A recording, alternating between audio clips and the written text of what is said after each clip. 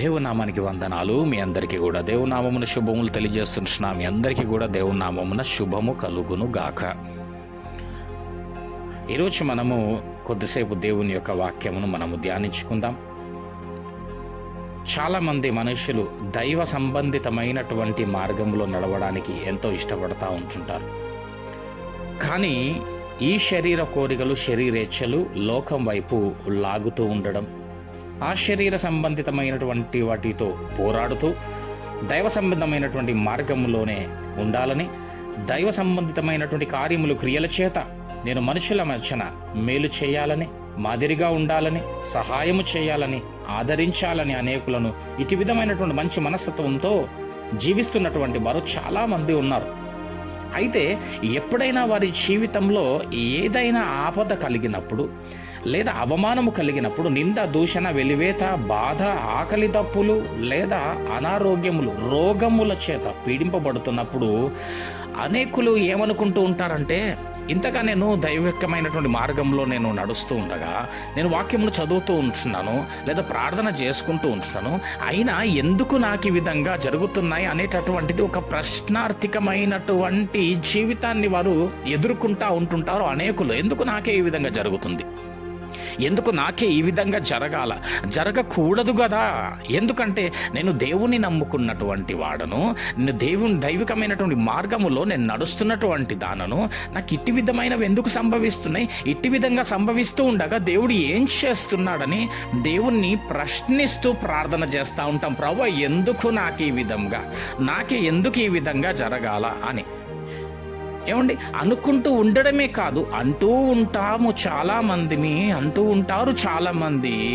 ఆత్మీయ జీవితంలో నడుస్తున్నటువంటి వారి జీవితాల్లో కూడా ఇట్టి విధమైనటువంటివి ఏవైనా సంభవించినప్పుడు, ఇట్టి విధమైనటువంటివి ఏవైనా వారిని ఆవరించినప్పుడు, ఓ రోగము చేతనో లేకపోతే ఒక అవమానము చేతనో, ఒక దయనీయమైనటువంటి స్థితి చేతనో వారు ఉండి ఉన్నప్పుడు అనేకులు మనుషులు అనుకుంటా ఉంటారు, ఎందుకు వారికి ఆ విధంగా సంభవిస్తుంది, ఆ విధంగా సంభవించకూడదు కదా అండి, ఆ విధంగా సంభవించరాదు కదా అండి, దేవుడు అట్లా ఎందుకు చేస్తున్నాడో అసలు అనేటటువంటి ఒక ప్రశ్నార్థకమైనటువంటి ఆలోచనల చేత ఆత్మీయ జీవితాలు సన్నగిల్లిపోతా ఉన్నాయి.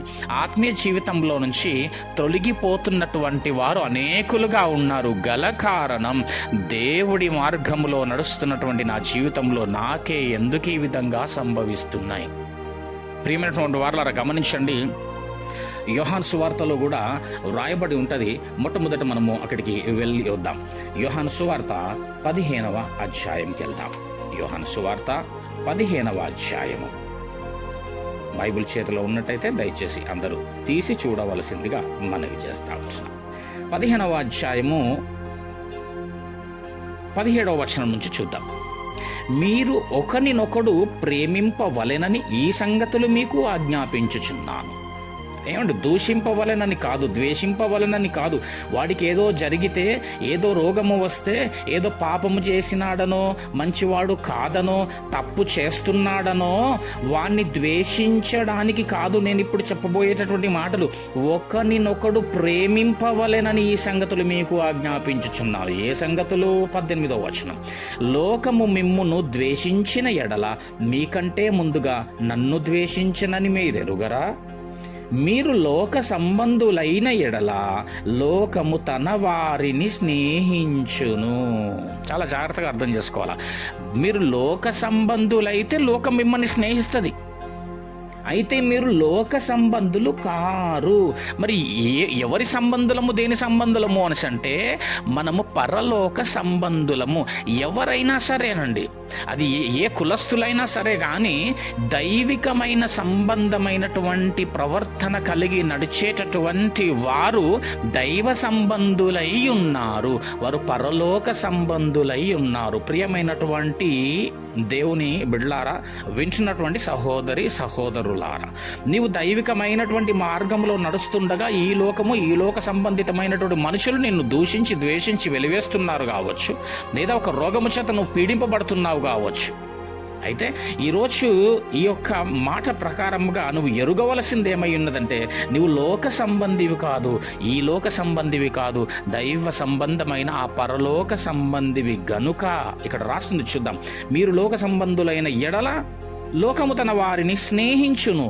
అయితే మీరు లోక సంబంధులు కారు, నేను మిమ్మును లోకములో నుండి ఏర్పరచుకొంటిని, అందుచేతనే లోకము మిమ్మును ద్వేషించుచున్నది. చూస్తున్నారండి, చాలా క్లియర్ అండి, చాలా క్లియర్. నీవు ఒకవేళ దైవికమైనటువంటి చక్కటి ఆలోచనల చేత ఇతరులను ఆదరిస్తున్నావు కావచ్చు, ఒకరి పట్ల నువ్వు పాపభీతి కలిగి నువ్వు ఓదారుస్తున్నటువంటి పరిస్థితి, సహాయము చేస్తున్నటువంటి వాడవు కావచ్చు, నీతిగా న్యాయంగా బ్రతుకుతున్నటువంటి వాడవు కావచ్చు. అయితే నీ జీవితంలో ఎప్పుడైనా ఇట్టి విధమైనటువంటి సంభవిస్తున్నాయని అంటే నువ్వు ఈ యొక్క మాటలను జ్ఞాపకం చేసుకో సహోదరుడా, సహోదరి.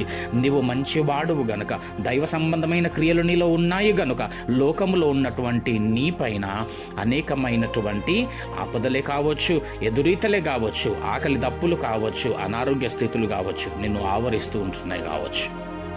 ఆ సమయంలో నువ్వు జ్ఞాపకం చేసుకోవాలి, ఓహో నేను దైవ సంబంధమైనటువంటి మార్గంలో ఉంటున్నాను కాబట్టి ఈ లోకంలో నాకు ఇటు విధమైనటువంటివి సంభవిస్తున్నాయా అని నువ్వు ధైర్యం తెచ్చుకొని నిలబడవలసినటువంటి వాడవై దానవై ఉన్నావు.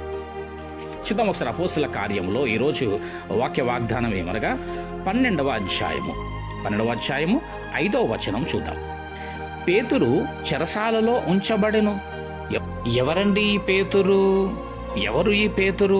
3000 మందితో సంఘమును ప్రారంభింపజేసి అనేకులను దైవికమైన మార్గంలో నడిపిస్తూ దేవుని రాజ్య విస్తరణలో పాటుపడుతున్నటువంటి వాడు, శ్రమిస్తున్నటువంటి వాడు, దేవుని పని చేస్తున్న దేవుని సేవకుడై ఉన్నాడు. ఇటు విధమైనటువంటి ప్రశ్నలు పేతురు గారికి కూడా రావాలి కదా. ఎందుకు ప్రభువా నాకు ఈ దుస్థితి? నీ పని చేస్తూ ఉండగా నాకు అసలు ఎందుకు ఈ విధంగా జరుగుతుంది? ఇప్పుడు పేతురు గారి గూర్చి కూడా అందరూ అనుకోవాలి కదా. ఏమని అనుకోవాలా? సభ్యులంతా కూడా ఏమి చేసినాడో అందుకే చెరసాలలో వేసినాడు అనుకోవాలి కదా. కానీ ఇక్కడ చూడండి ఒకసారి, పేతురు చెరసాలలో ఉంచబడేను, సంఘమైతే అతని కొరకు అత్యాసక్తితో దేవునికి ప్రార్థన చేయుచుండెను. ప్రియమైనటువంటి వారలారా, ఈ మాటలు వింటున్నటువంటి దేవుని బిడ్డలారా, నీ ఎదుటివారి జీవితంలో ఇట్టి విధమైనవి ఏవైనా సంభవిస్తున్నప్పుడు నీవు ఆసక్తితో వారి విషయంలో ప్రార్థన చేయుదానవై వాడవై ఉన్నావా? అవమానకరముగా వారిని గూర్చి మాటలాడేటటువంటి వాడవుగా ఉన్నావా? ఒక్కసారి జ్ఞాపకం చేసుకొని నీకు నీవుగా పరీక్షించుకో. ఇక్కడైతే పేతురు గారు చెరసాలలో వేయబడ్డప్పుడు సంఘం అంట అత్యాసక్తితో ప్రార్థన చేస్తూ ఉంటున్నది. అనేక మంది ఎదుటివారికి ఏమైనా సంభవిస్తే ఏమి చేసినాడో, ఎలాంటి వాడో, ఏం పాపము చేసినాడో, ఏ చెడు కార్యము చేసినాడో అని అసహ్యించుకొని వాడిని తృణీకరించేటటువంటి వారమై ఉన్నాము. కానీ ఇక్కడ ఉన్నటువంటి ఈ మనుషులు సంఘము మాత్రము చెరసాల్లో పేతురు వేయబడితే అతని గురించి అత్యాసక్తితో ప్రార్థన చేస్తుంటా. బిడ్డ, ఎవరైనా రోగ పీడితులై ఉండవచ్చు, నీ ముందు ఆకలి దప్పులతో బాధపడుతూ ఉండవచ్చు, ఒక అవమానం నింద వారిపైన మోపబడి ఉండవచ్చు, నువ్వు చూచేటివన్నీ వినేటివన్నీ సత్యం కాకపోయి ఉండొచ్చు.